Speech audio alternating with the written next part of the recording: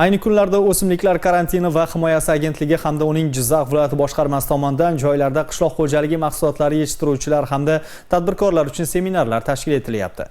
Viloyatimizning Paxtakor tumanida o'tkazilgan seminar tafsilotlari bilan mavzuni muxbirimiz davom ettiradi.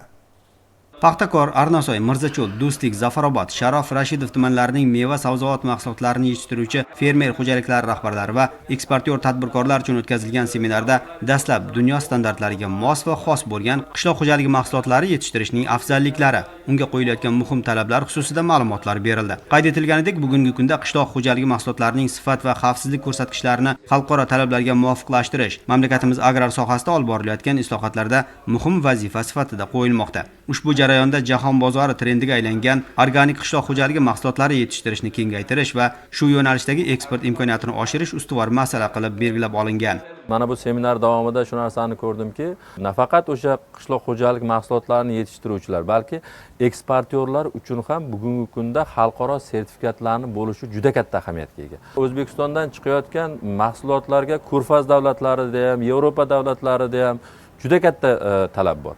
Lekin bu mahsulotlarni faqat ularni chiroyli bo'lishi, yaxshi qadoqlangan holatdagi chiroyli ko'rinishdagi qadoqlanishi emas, shu bilan birga ularni sifatini ko'rsatuvchi xalqaro darajada sertifikatlarga ega bo'lish kerak.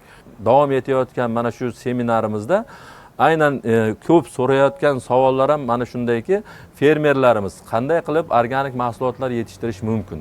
Qanday qilib ularni masalan hosildorligini tushmagan holatda yoki bo'lmasa qanday qilib himoyalash mumkin degan savollar qo'yapti.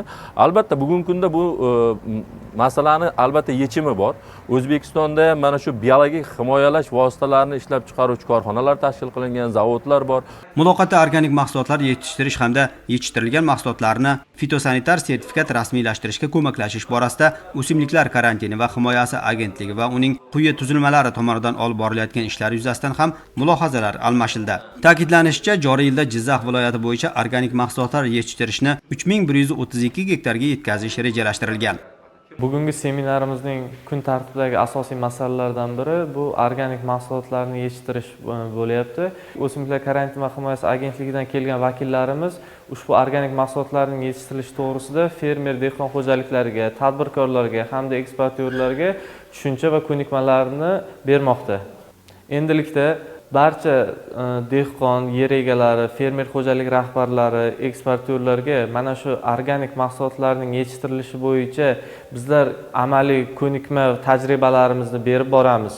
Seminar davomida davlatimiz rahbarining 2024-yil 30-dekabrdagi qishloq xo'jaligi maydonlarida qo'shimcha imkoniyatlardan foydalangan holda mahsulot yetishtirishni ko'paytirishga doir chora-tadbirlar to'g'risidagi qarori asosida dala chetlari, kanallar, kollektor drenaj va sug'orish tarmoqlari atrofidagi maydonlarda mahsulot yetishtirishni ko'paytirish bo'yicha hududlarda mevali ko'chatlar ekishni tashkillashtirish masalalari ham muhokama etildi. Shuningdek, agentlik tomonidan agroklaster, fermer, dehqon xo'jaliklari hamda tomorqa yer egalari va soha mutaxassislariga organik mahsulot yetishtirishning zamonaviy agrotexnologiyalari, xalqaro standart va sertifikatlash talablari hamda bu ishlarni tashkil etishda foydalanib kelinayotgan yagona darcha, agro ko'makchi singari zamonaviy texnologiyalar xususida ham amaliy tushunchalar berildi. Seminar davomida ishtirokchilar o'zlarini qiziqtirgan savollarga atroflicha javoblar olishdi.